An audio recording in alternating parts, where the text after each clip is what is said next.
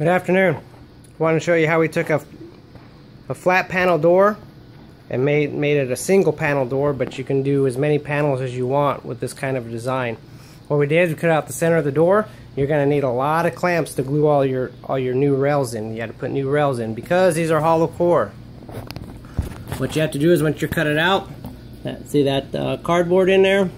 What you got to do is push that back. Sorry, I'm shaking a little bit. Push that back, and once you push it back, you need to take a chisel and chisel all that extra glue that was holding that cardboard in off. So this goes in there nice and smooth, because if it doesn't, it's going to leave this spread out and you'll have a gap on your new rail.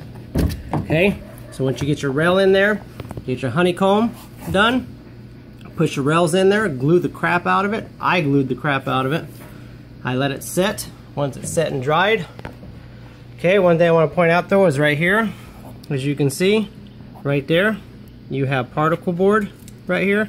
Notch that out with your new rail. Don't just leave that there and try to fill it in. You'll leave a line on your trim, it won't look good. Notch it out because you'll router that back side. Also, mark the front of your door. You want your panel to look nice on the front side. Your stop will go on the back side of the door. Okay, to make the rail, I had 8 doors, so I bought a sheet of 3/4 plywood. I ripped it all down 1.5 inches, and then I glued them 2 by 2. Taped them, made sure one edge was as flush as could be. Okay, once it was flush, when it dried, I ripped one side off to get a smooth side, and then I ripped it down to 1 1/16. The 1 1/16 is what goes in the inside of your rail. Then, on the back side of the door, I routed out the edge for the panel to sit in, like this. Okay. Router it out. I used a 3/8 router bit. Okay, you have to router it twice. First time you flush your front of the door here, flush it up with this edge, router it, then drop it down to get your depth, which is you want to leave 7/16 of an edge on the front of the door. Okay, again, remember how I said that piece you got to notch out? As you can see, some of it does come out. I don't know if you can see that. But anyway, that all covers with your stop. Okay, once you're routered, you're ready for your panel on these corners here. Your router will round it off. Let me get to where you can see it. But anyway, it'll round it off, your router will. So you got to square up these edges with a chisel. Put your panel in there. Once your panel's in there, take your stop. Put a stop on there, which is 7/16 thick. And your stop can be as wide as you want.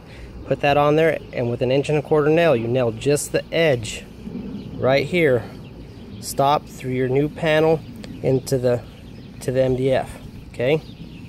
Once that's done, you should be good to go. A lot of sanding, a lot of clamps. I use Bondo as a wood filler to get this edge right here from the get that edge, that line right there. If there's any gaps in there, I cover it with Bondo. Bondo just works better. I also Bondo it after I put my stop on there. I Bondo this edge as well, from stop to door, to make it flush. And then here will be your end result. End result is a single panel door.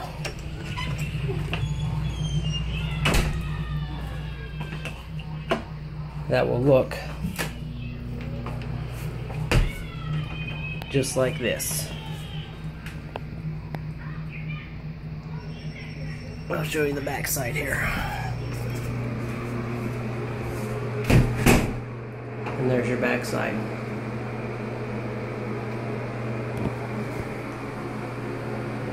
Again, when you're nailing your stop, like I said, I Bondo this edge, sand this all down smooth so it's flush with the door. And I put nails here on the edge, just on the edge with 1 1/4 to keep that from moving. So, hope it works for you. Thanks.